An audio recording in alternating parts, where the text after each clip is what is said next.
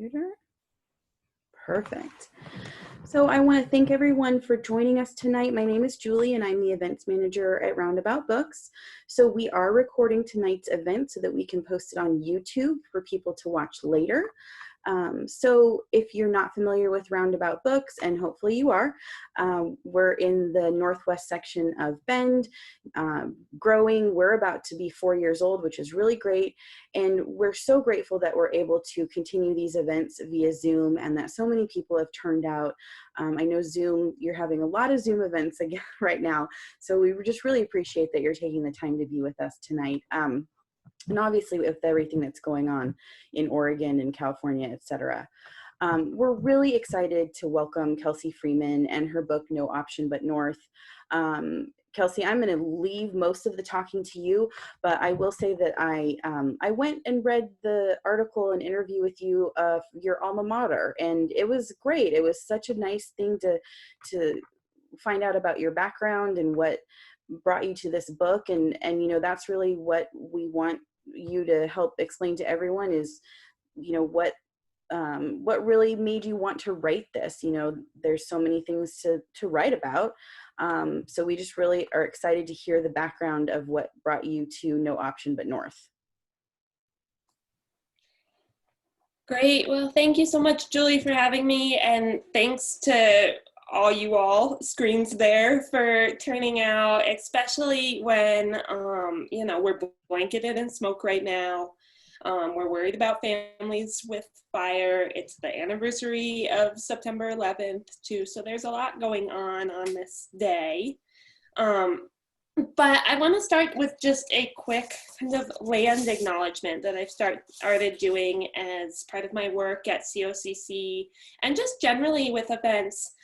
So I'll start by just acknowledging that the land that Roundabout is on, where I live here in Bend, is the homelands of the Wasco and the Warm Springs people that were ceded to the US government in the Treaty of 1855 in exchange for the tribes retaining their original hunting and gathering rights in usual and accustomed places. And so then later on in 1879, the Northern Paiute people were moved onto the Warm Springs Reservation, and that's when the tribes became known as the Confederated Tribes of Warm Springs. And it's also important to note that the Klamath Trail ran up and down the Cascades Mountains, and even though the Klamath people didn't necessarily reside in this area, they still claimed this area as their own as well. So I share all that, not to check a box, not to be off topic, but because to me it truly relates, because if we're thinking about digging into immigration, as my book does, then we have to recognize that we're not divorced from our past, and we're not divorced from our history. So I start out that way just to kind of get us thinking about that. So I'm going to go ahead and share my screen because I have some kind of beautiful pictures to go along with my reading and my stories that were all taken by my sister, Tess Freeman, who is a photojournalist here in Bend. Tess joined me for the last 6 weeks of my time in Mexico to photograph some of the migrants that I interviewed and to and scenes of the journey north. So a little bit about me. I'm Kelsey Freeman. I'm the author of this new book, No Option But North, that came out in the heart of the pandemic. But I'm so grateful to be able to have these conversations. I've done a lot of radio and TV and online and figuring all that out. So I think it's an essential time to continue our learning. So thanks for turning out.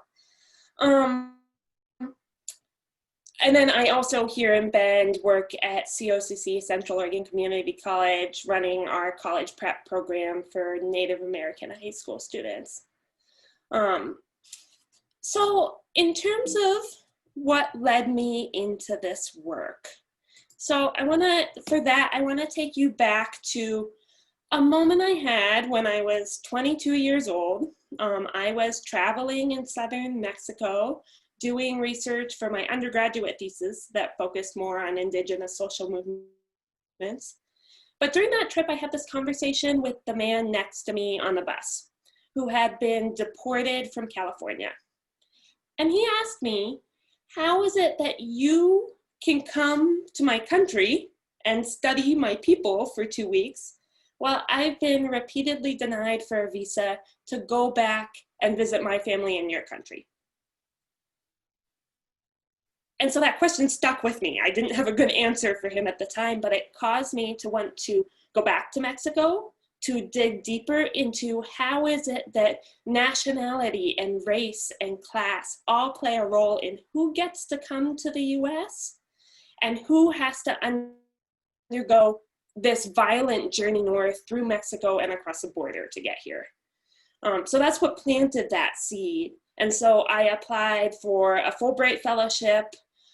They placed me in central Mexico in a city called Celaya, Guanajuato, to teach English and to focus on migration, to interview primarily Central American migrants that were coming through Mexico.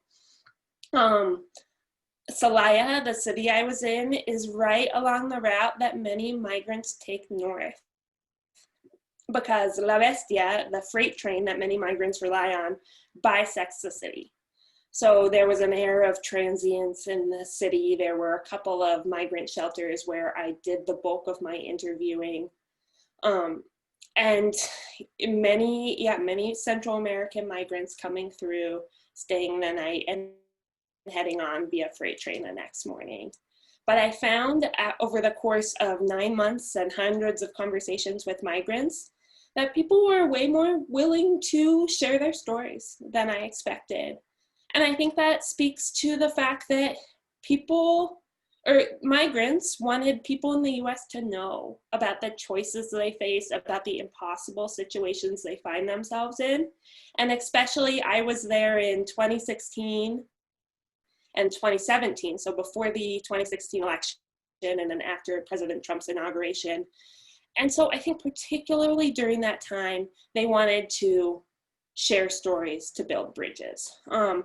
So my book, with that aim, digs into what it means to have or lack power when migrating. For the most vulnerable populations who find themselves in a pretty precarious political position, how does that change what the journey north through Mexico looks like? And so what I want to do tonight is share some snippets from the stories I collected. I'll share a little bit of background information because the goal of my book was exactly that, to connect the stories and the lived experiences of what people are actually facing with the structural context and policies that create that situation in the first place. So that's the goal of the book, and that's I'll kind of provide some windows into that this evening, hopefully. So I want to start. I'll just start by our reading by reading the first section of the book, the first page of the book.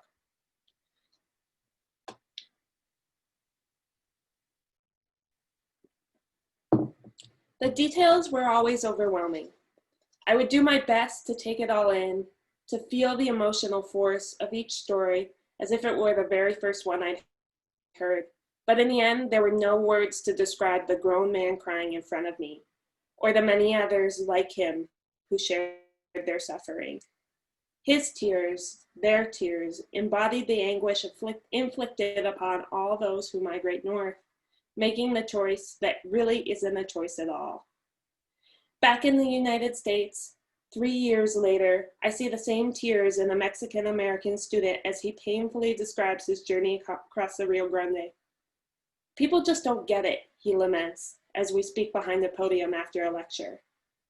It's been over a decade since he crossed, but the trauma of the journey still lives within him.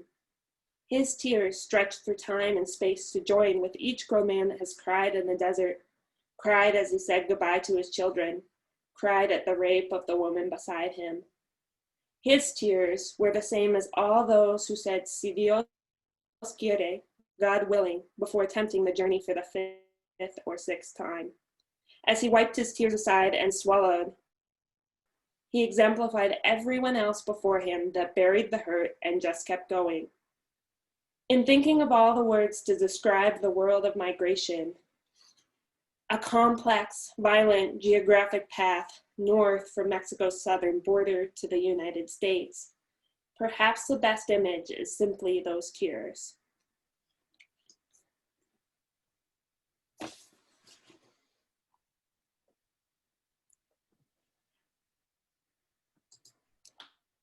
And so in these conversations, in interviewing, I would always ask migrants, is this your last option? And many said, yes, this is my very last option. I am migrating by necessity. Many had moved to cities beforehand within their home countries, but then fled north when they found no opportunities.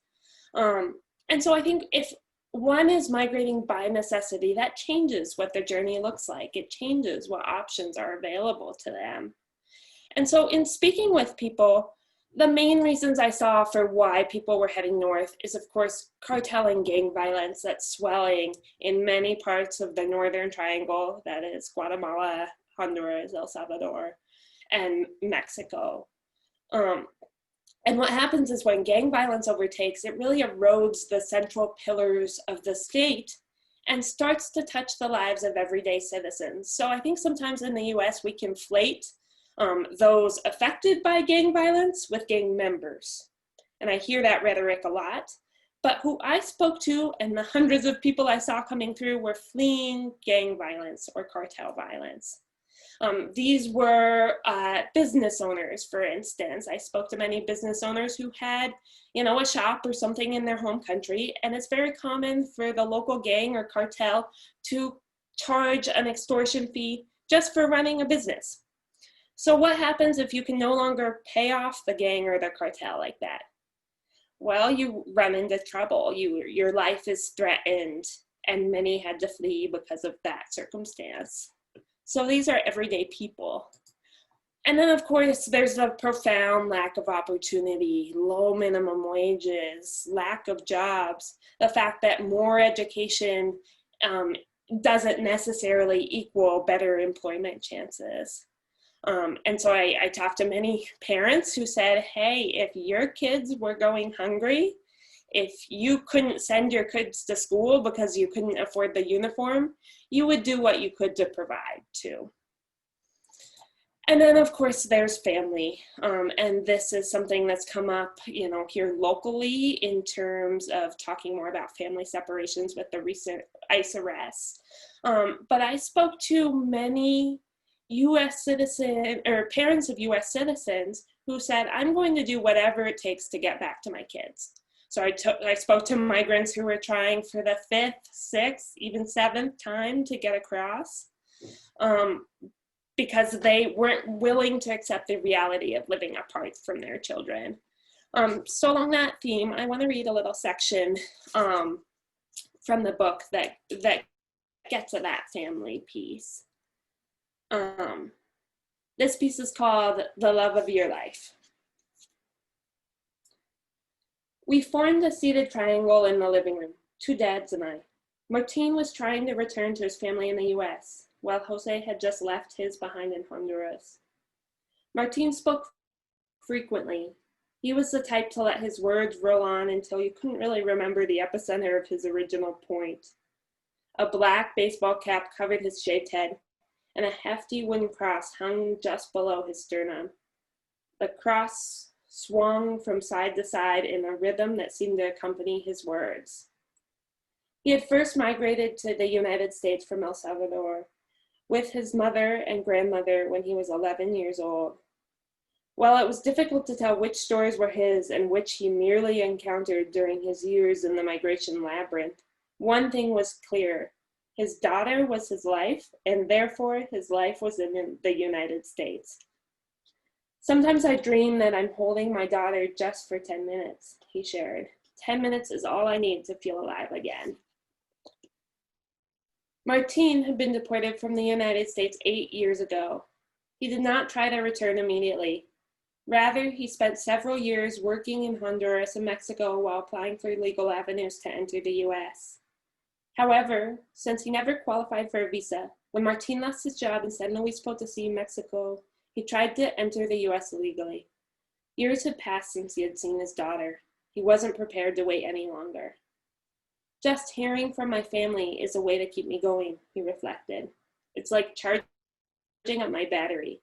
His hunched shoulders and crumpled brow revealed how it tore at him to be apart from his daughter. We would talk on the phone, and she would say to me, "Daddy, are you gonna come back?" And I would say, "Soon, mija, I really hope soon." Jose listened from the corner of our triangle, adding his thoughts infrequently. Yet when he did share something, he seemed to be putting new meaning to his circumstances with each word he uttered. My daughter asked me once, "Daddy, are we poor?" And I said, "Yes, we are, and because of that, I'm in the situation I'm in. We lived in the rough part of town, and when you live like that, you survive by your fingernails. I've seen my kids cry because they were hungry, so I had to leave. I didn't have any other option. I couldn't stay and do nothing." Jose then began to describe the paradox that is leaving your family out of love for them. The urge to provide, to see his children flourish, overpowered his yearning to stay with them. Later that night, rereading letters from my family, I felt this tangle of emotions. Part of it was the longing for family, that space of wholeness and comfort, but laced within that familiar feeling was the knowledge that I would see them soon when they visited, while so many others who loved their families just as much as I did not know when or if they would ever see their families again. The weight of that thought made me feel as if something was pulling my limbs in opposite directions, contorting my body with the potency of the world's contradictions. I recall the moment that Jose had shared earlier in the shelter. He and his daughter used to play a little game. My daughter would say, "Papi, papi, who am I?" he'd said. And I would always answer, "Mija, you're the love of my life."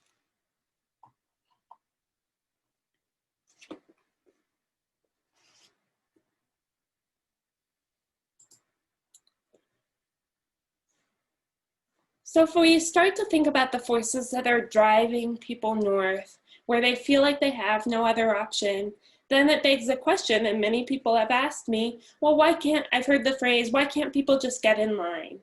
And what I found in 3 years of researching this topic, digging into the intricacies of immigration law, is that there is literally no line to get in for the majority of Central American and Mexican migrants who flee by necessity. So I found that it was a privilege to access these legal avenues to get to the US. And the book digs in much further to this, but I just want to share a couple thoughts. So there's very few avenues to come to the US. If you have a direct family member that's a US citizen, they can sponsor your visa. Or if you already have a job in the US, your employer can sponsor you. But that's typically for highly skilled workers. Or you can apply for political asylum based on the grounds that you're fleeing persecution in your home country. But that's a very strict legal definition, and over 8 out of 10 Central American and Mexican migrants who apply lose their asylum cases. And then there's something called the diversity visa lottery, which is 50,000 annual visa slots for countries that tend to send less immigrants to the US. But winning that, getting a visa through that, is literally like winning the lottery. And these are the main avenues. But what I found in my research too is the experience of trying to get these visas is not the same if you're from Denmark, let's say, and from Mexico. And that's because of the way that backlogs disproportionately affect countries like Mexico. So I'll give you an example of how this plays out. We no longer have a system that bars certain nationalities entirely from receiving visas, with some exceptions during the Trump administration. But we have for a long time had this system where no country can receive more than 7% of the visas in any given category. And that seems fair, but what happens is it disproportionately strains the system for countries like Mexico, who have over 1 million people applying for just 25,000 annual slots. So I'll give you an example of how that plays out in practice. In March of 2019, the State Department, who processes visas, was processing high priority visa requests for children of US citizens, and they were backlogged across the board, so they were processing most countries from 2011. But these same visas, that is, children of US citizens from Mexico, were so backlogged that the State Department was still processing requests that were filed in 1997. So these Mexican applicants who had a legal avenue to get to the US were waiting 22 years for their visa to even be considered, and a full 14 years longer than people from many other countries. So just a little window of how this plays out in practice. And I'm going to give another presentation next week for Welcoming Week, part of the City of Bend, that digs a little bit more into the policy issues and the structural issues. So if you're interested, feel free to come to that. But basically, when people flee by necessity, but lack legal avenues to get to the US, they then take on this incredibly violent journey through Central America, through Mexico, and across the border. I think here in the US, we hear a lot about how dangerous the US-Mexico border is. Maybe many of us have heard of coyotes and some of the risks migrants take on there. But for Central American migrants in particular, they are navigating a whole web of violence the moment they step into Mexico. So because I was interviewing migrants in the middle of their journey north, the book focuses a lot on their stories and what that journey looks like. So I'll share a little bit more about that.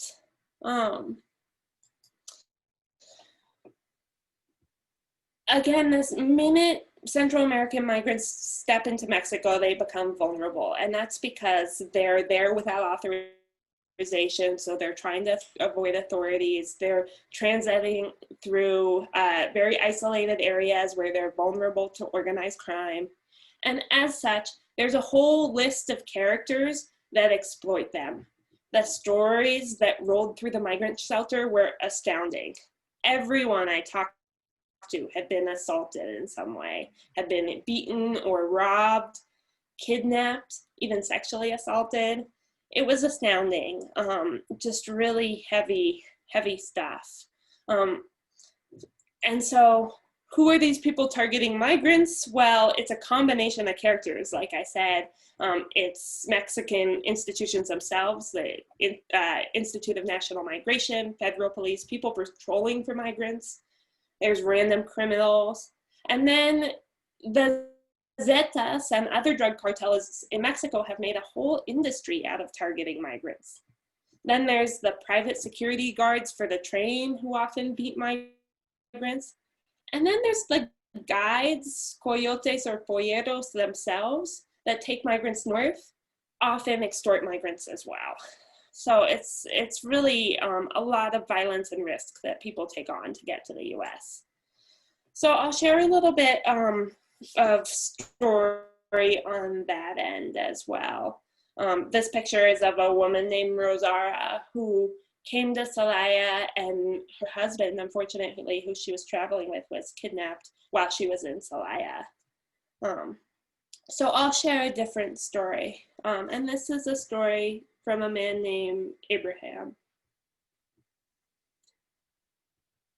Abraham was on top of La Bestia when all hell broke loose.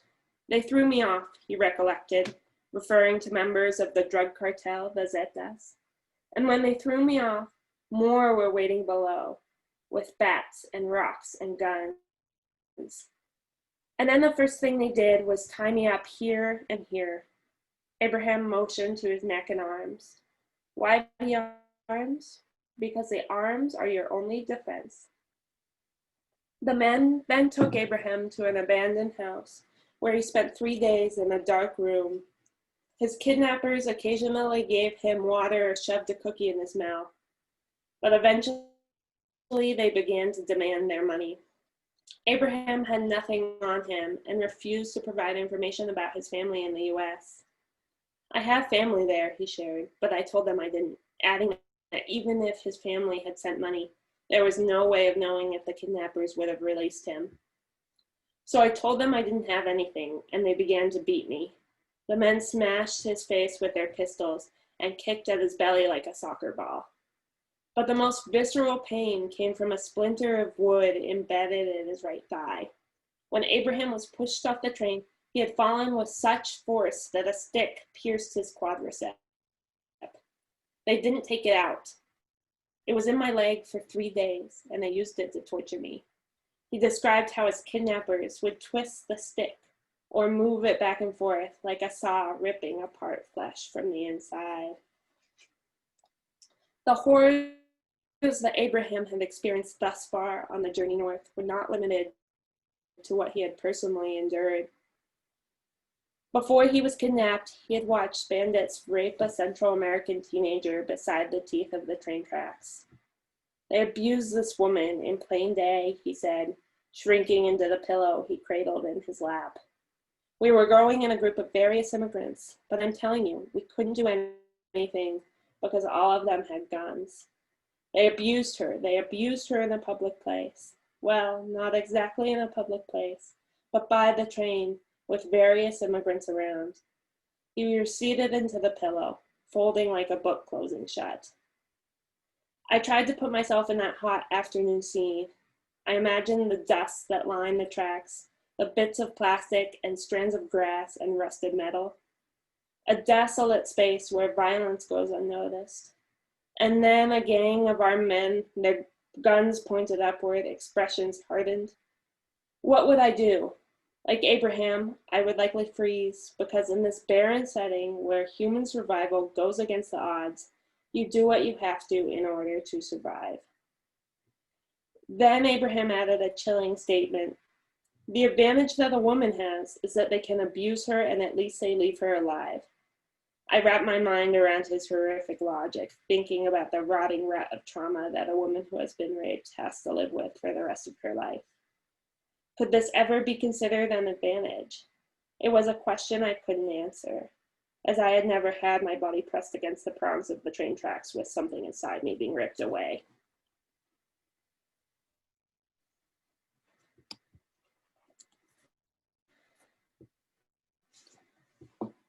So I share, these heavy stories that sit with us and that are searing, because that's what happens.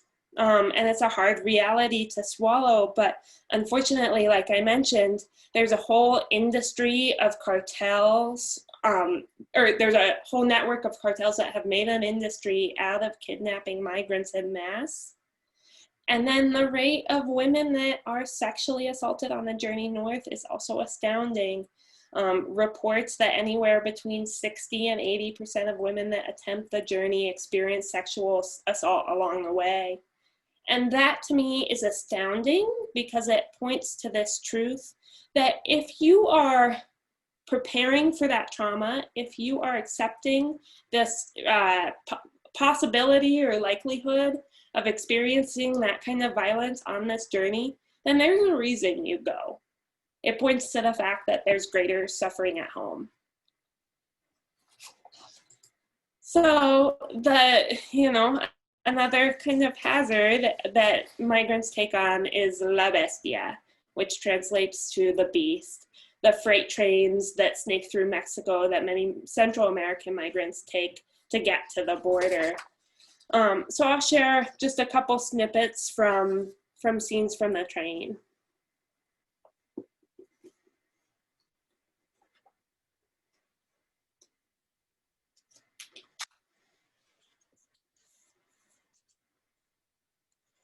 Through the viscous fog of a December dawn, headlights divided the darkness. Beside me, Roberto looked expectant, seasoned, practiced. His body a silhouette, shadows dirty across his cheeks, he prepared for what he had done 100 times before. The metallic beast roared. In seconds, he would be gone. Todo bien? I managed haltingly, a stupid question, but the quiet murmurs of the other migrants around us overwhelmed me. My hands hung impossibly heavy at my sides. Todo bien, he confirmed. And then the headlights were upon us, interrupting the swaths of shadows. Nos vemos, Roberto called as he took off running. The others did the same. Soon there were dozens of men galloping ahead, trying to catch La Bestia, as the migrants called it. Their rhythm gathered steam as they attempted to time their gait to the relentless pounding of the giant wheels. They all knew that if a hand slipped or they never quite grasped the rungs, their stories would end with their flesh shredded on the jagged teeth of the tracks. Roberto and the others melted into the fog ahead. The grumbling train became a blurry film in my periphery as I observed their images disappearing into the darkness. I imagined each one jumping, then crawling up the sides of the beast like spiders, but I didn't really know. Nos vemos, I whispered. See you later. But I never really expected to see any of them again.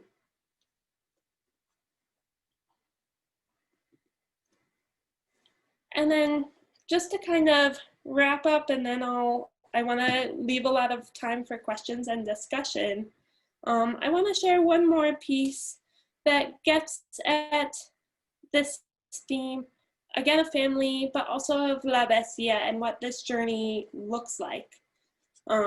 So this is just a short snippet from a piece called Una tortuga que se llama Chapulín. Ernesto described one night when it was pouring rain and they had nowhere to sleep. A little bit of background on this story. This is about a family that I interviewed. The parents were Ernesto and Jackie.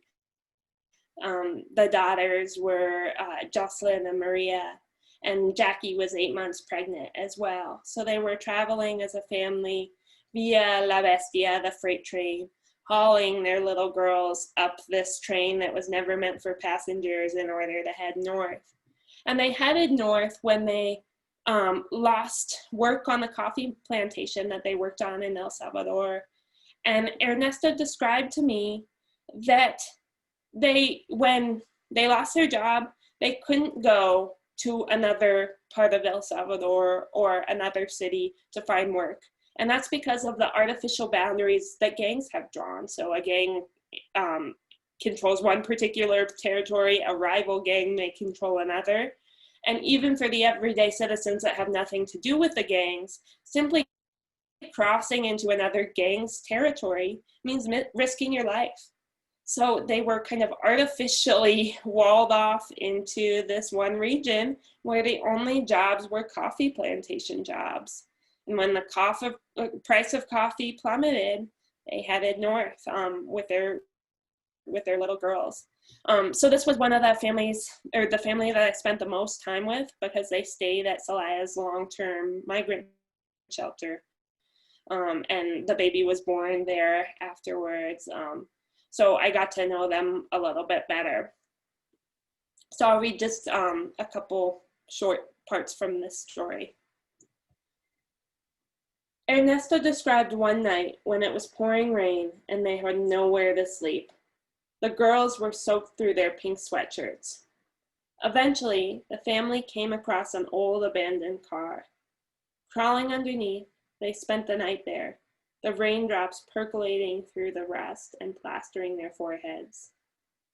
Yo estaba temblando, Jocelyn, the oldest daughter, suddenly interjected. I was trembling. I'd been unaware that she had been listening to the conversation.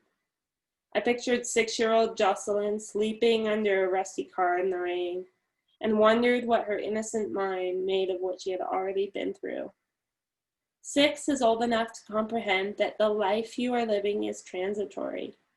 6 is old enough to grasp that there are certain evils that even your parents can't shield you from. The rain hits your face and they can't keep you warm. At 6, you recognize that it feels scary to grab the rungs of a freight train, but you're not old enough to understand why you're doing it. You carry all the emotions of the world inside you, but none of the logic.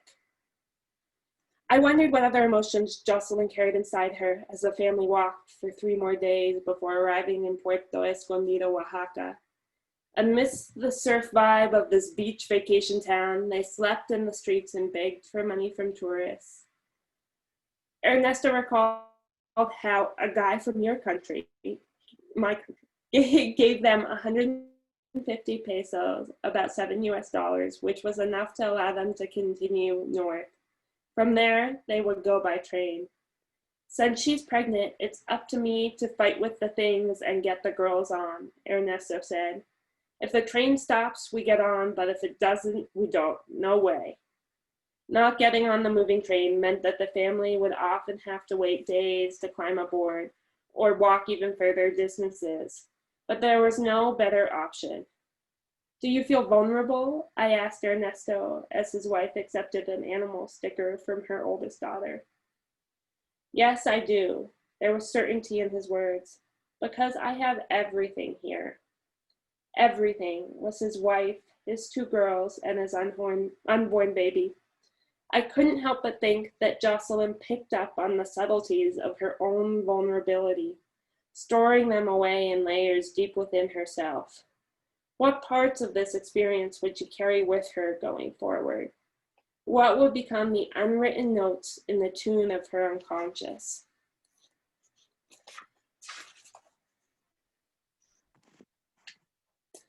Jocelyn came over and nestled up to the base of her mother's feet. She was drawing something in her notebook, a picture of herself and her family, she explained. Are you leaving already? She asked as I tucked my notebook into my backpack. Not yet, I assured her. Want to see my drawings? She offered me her notebook, which was plastered with butterfly stickers and scribbled figures. Is that you? I pointed to a rounded drawing that had a face and some hatch marks. She smiled, cocking her delicate neck up at me. No, es una tortuga que se llama chapulín, she giggled as she told me it's a turtle named Grasshopper. Ah, that makes sense, I responded, because it did in fact look like a turtle. But of course, drawing a turtle named Grasshopper was a piece of kid logic that would make any adult's heart turn to melted butter. What is rational to us can be bent and molded until it becomes something else entirely for a kid. I hope the journey north could be kneaded into something softer in Jocelyn and her sister Maria's minds, just as a turtle could be called Grasshopper. There would always be a certain ugliness behind these days for them, a sliver of darkness and uncertainty hanging in the air they breathed. Earlier, Ernesto had described how every time the family passed the park, the girls would beg to stop and play. Sometimes it gives me the urge to cry, or even return, he sadly shared. I was sure it was the same for his girls, the longing to be kids balancing unsteadily on the tumultuous ground beneath them. But I hoped, deep in my softened heart, that they would find a base of stability one day that could ease the emotional weight of watching the train tracks pass beneath their little feet.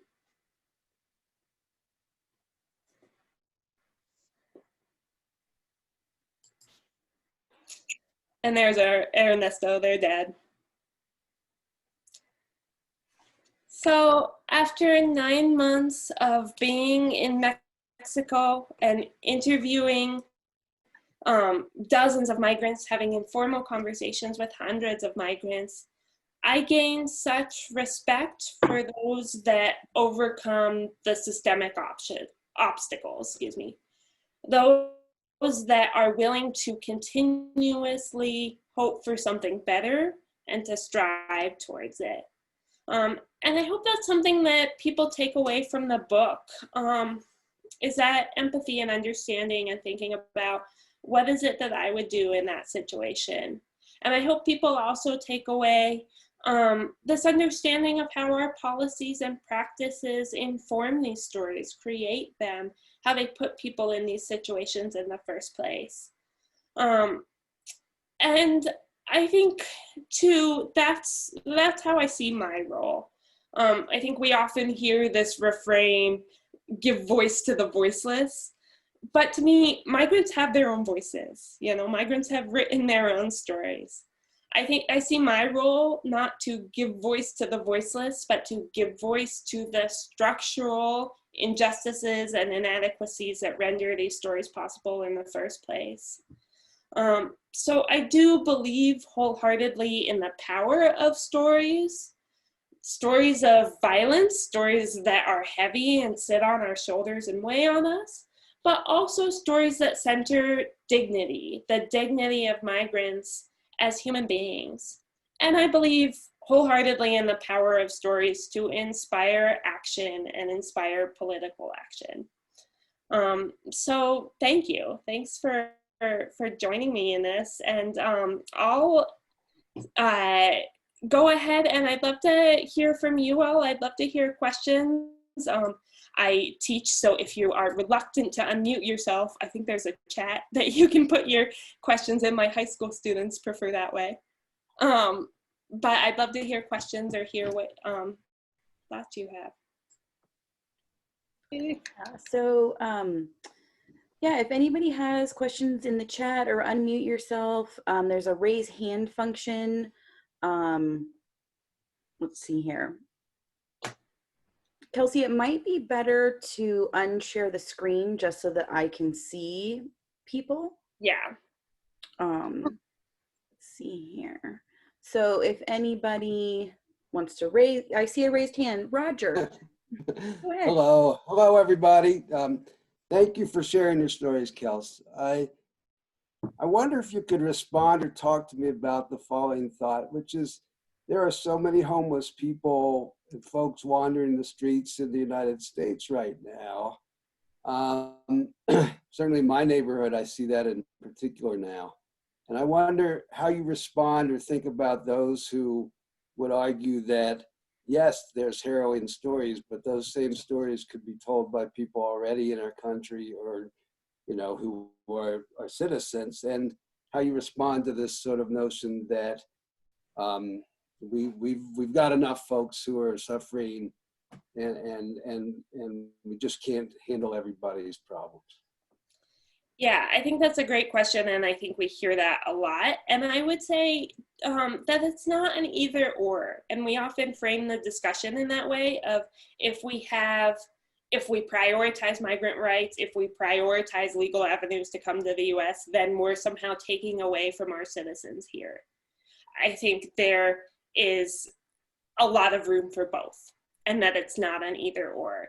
And I think sometimes that argument gets framed in reference to jobs. So sometimes people will, you know, espouse this idea that immigrants are taking jobs, or that there's not enough jobs to go around, there's not enough, society can't handle so many people, all those types of lines of thinking.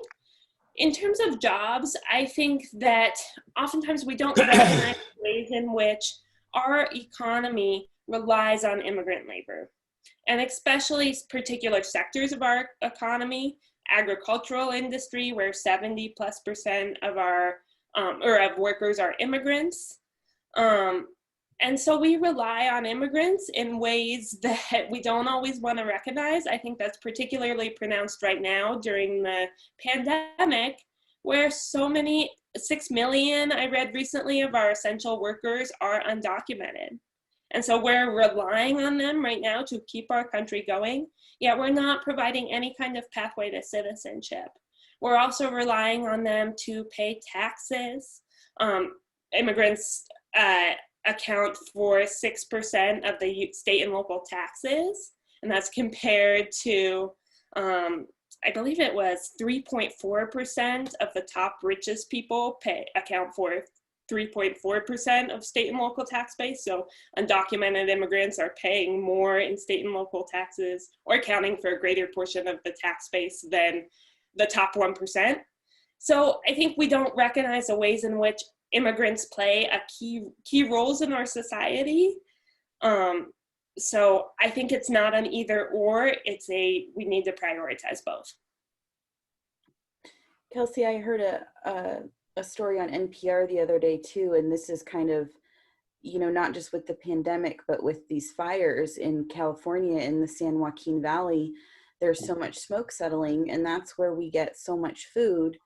And unfortunately, the people who pick that food are migrants, who a lot of times are they don't have a way to not go to work if it impacts their health, and they don't have the options. And that was something that really got to me, with that, is thinking, we might start seeing food shortages because the smoke is impacting these workers, and yet they're then again not getting paid either. So that was something that I Yeah. yeah. Yeah, exactly. It's this really kind of horrible situation where, again, we're relying on immigrant labor, but we're not providing them with or with workplace protections, things that those that have visas have more access to. So there's something called an H-2A visa, that's an agricultural visa. That's available, but most employers don't use that visa for immigrant labor, instead relying on undocumented labor, because there are so many bureaucratic hurdles to using those visas. Excuse me. You have to pay consulate fees.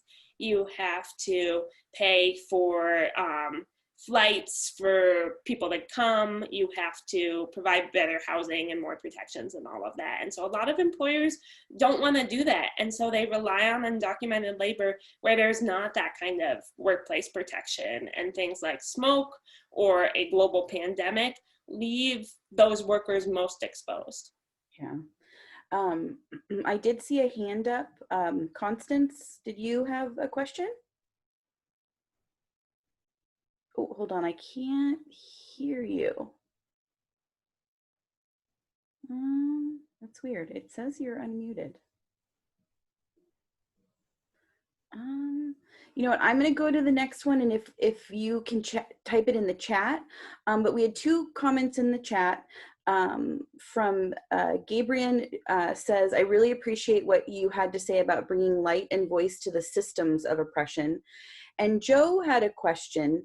So with the current policies that are against migrants, with the things that have happened in the last couple of years, with families being separated and children housed in basically cages, are you familiar with people? I guess his question is, do these stories make it to these migrants before their journey north? Is that something that you saw, where people are still also concerned about what's going to happen when they get here? Yes, and what I found is that most people were not really holding up the U.S. as this beacon of hope and human rights and beauty and American dream and all that. They just said, this is my only option when my other option is staying home and being targeted by gangs. Yeah. So I spoke with, Roberto, who I wrote about, was really frank in saying, I know I'm going to be exploited in the US. I know that there are all these policies along the border that I might be subject to, but I have to take that risk. And he, in fact, was detained. He was in a detention center for over a year without bail, without bond. He couldn't afford to pay the bail. Then finally, an immigrants' rights activist group paid his bond on his behalf. He was released. He applied for political asylum, and he actually just recently won his case, which is really rare. But again, that's a legal avenue to come to the US, and even with that, he had to spend a year in a jail, basically. So to Joe's question, from my experience, immigrants and migrants I spoke to were well aware of what was happening along the border. All these stories are kind of passed down in rumors from one person to another, and some misinformation and rumors passed on. But they knew about, possibly being separated from their kids. They knew about the stories of kidnapping, of sexual assault, of being exploited, all these things, yet they were choosing to take on the journey anyway. And I say choosing, even though it was by necessity, as people described, because they really felt it was their last option. Yeah, okay. Tucker has a question. So Tucker, I'm going to, go ahead. Hi, Kelsey. Thank you so much for the wonderful book. It was a fantastic, while also depressing respite from the beginning of the pandemic. I had a comment that was sort of two-pronged. First, I wanted to say I think, your book really sort of stands as a really important reflection on the American privilege of travel, and I think that's sort of an under-reflected position that Americans have, sort of given the fact that we don't travel that much. We don't do this international travel to the point where we really don't understand the power of our passport, the power of our nationality.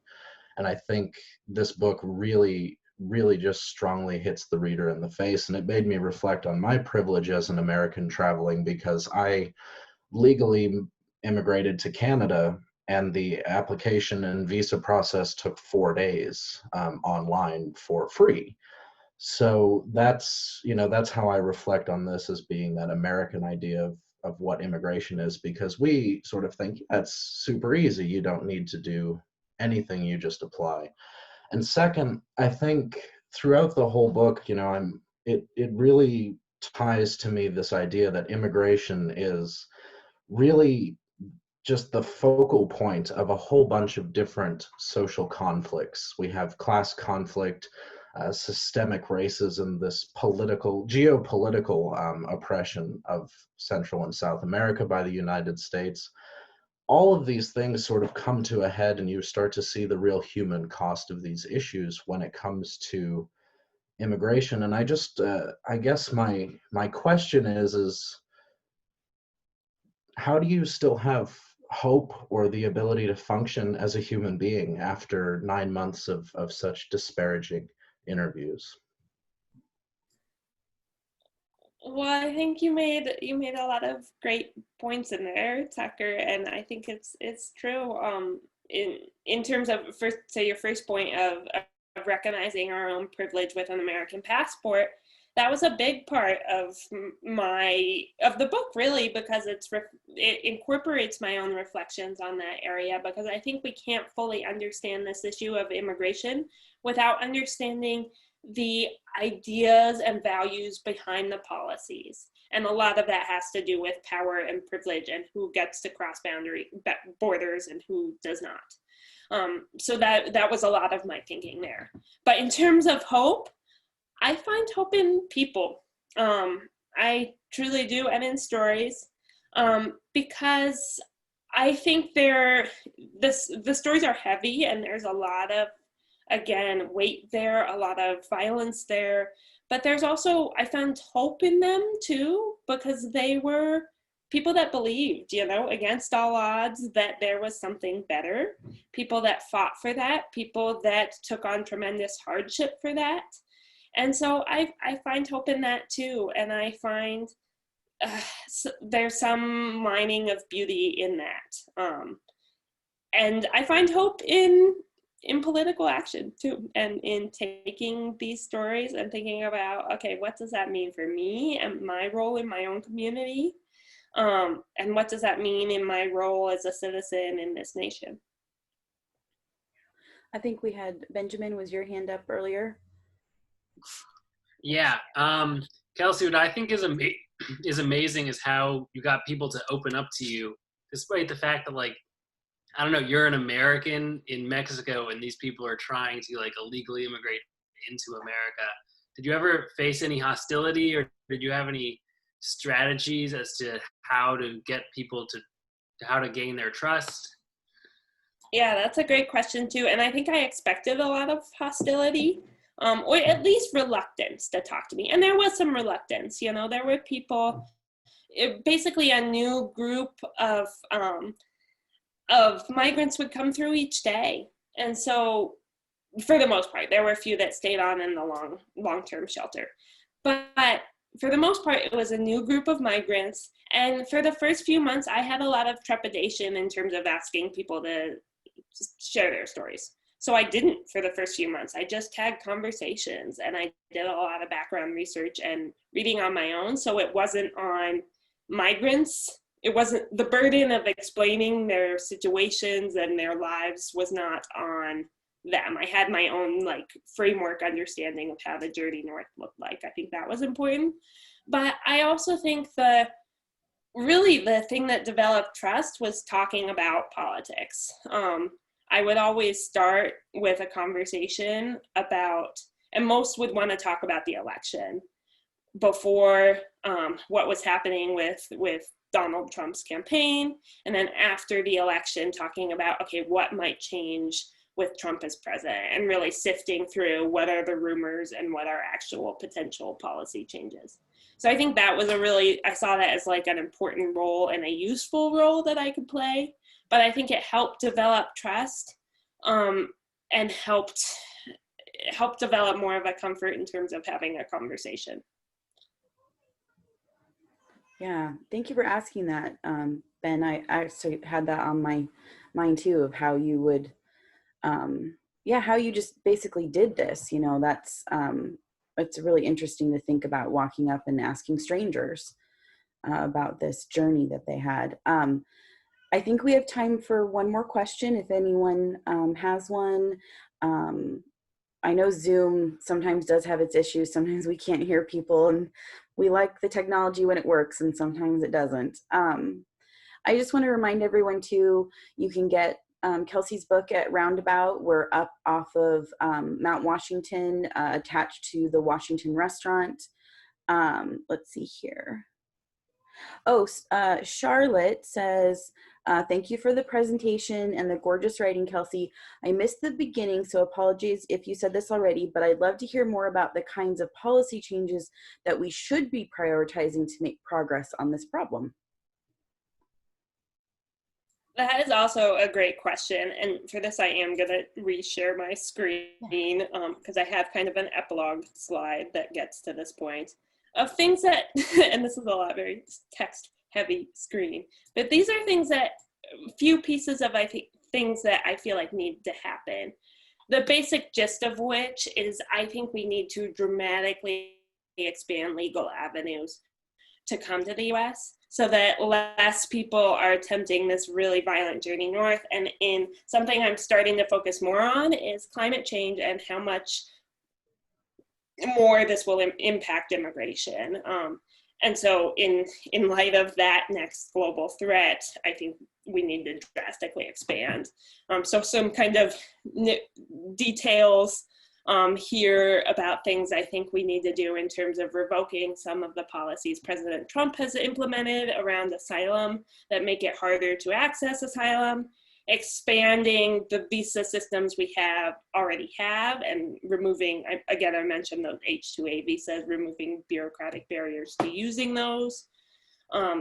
Renewing DACA, this is a little outdated, but expanding protection to families so that those who have been in this country for years can stay in it, paths to citizenship.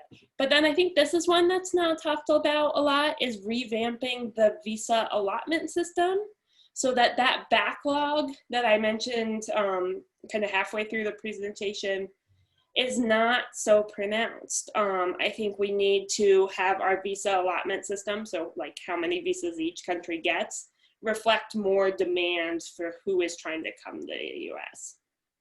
That's my thought on that. And then some thoughts on kind of enforcement issues and restructuring our border enforcement policy, which has been focused on deterring migrants, which in my view doesn't work and won't work, to distinguishing those that are fleeing for their lives and families, et cetera, from people that are actually involved in drug violence, smugglers, et cetera. So that's my kind of wash of a few things I think need to happen. And Kelsey, you said you were doing another presentation on this soon. Do you want to remind everyone, is that open to the public? Yeah, that's open to the public. It's next Thursday at 6:30. It's part of the City of Bend's Welcoming Week.